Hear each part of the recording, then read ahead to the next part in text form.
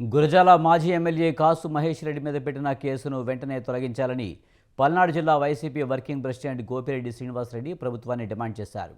రాష్ట్ర పోలీసులు వైసీపీ వాళ్ళ మీద ఎన్నో అన్యాయంగా అక్రమ కేసులు బనాయిస్తున్నారని మండిపడ్డారు.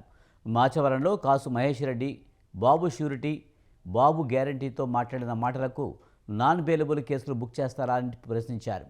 వైసీపీ అధికారంలో ఉన్నప్పుడు పవన్ కళ్యాణ్, నారా లోకేష్ వైసీపీ ఎమ్మెల్యేలను దారుణంగా దుర్భాషలాడారని విమర్శించారు.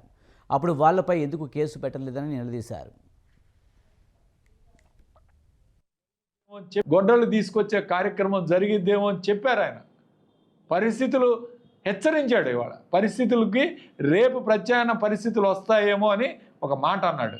దానికే మా పార్టీలో నిజంగా మొట్టమొదట ఇలాంటి అసభ్యకరమైన లాంగ్వేజ్ వాడకూడదని మాట్లాడిన వ్యక్తి కాసు మహేష్ రెడ్డి గారు ఈ స్టేట్లో.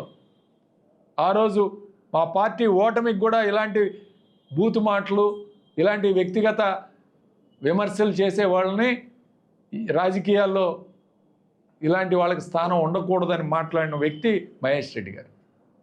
అలాంటి వ్యక్తి మీద ఈరోజు మీరు ఏదో ఒక మాట మాట్లాడడానికి కేసులు పెట్టే కార్యక్రమం చేశారు. మరి ఈ విధంగా ఎన్ని కేసులు పెట్టాలి పవన్ కళ్యాణ్ గారి మీద? ఎన్నిసార్లు మాట్లాడారు?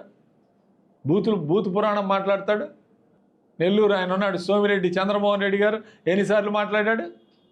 ఆయన మాట్లాడతాడు, పచ్చి బూతులు మాట్లాడతాడు. అసలు మాట్లాడితే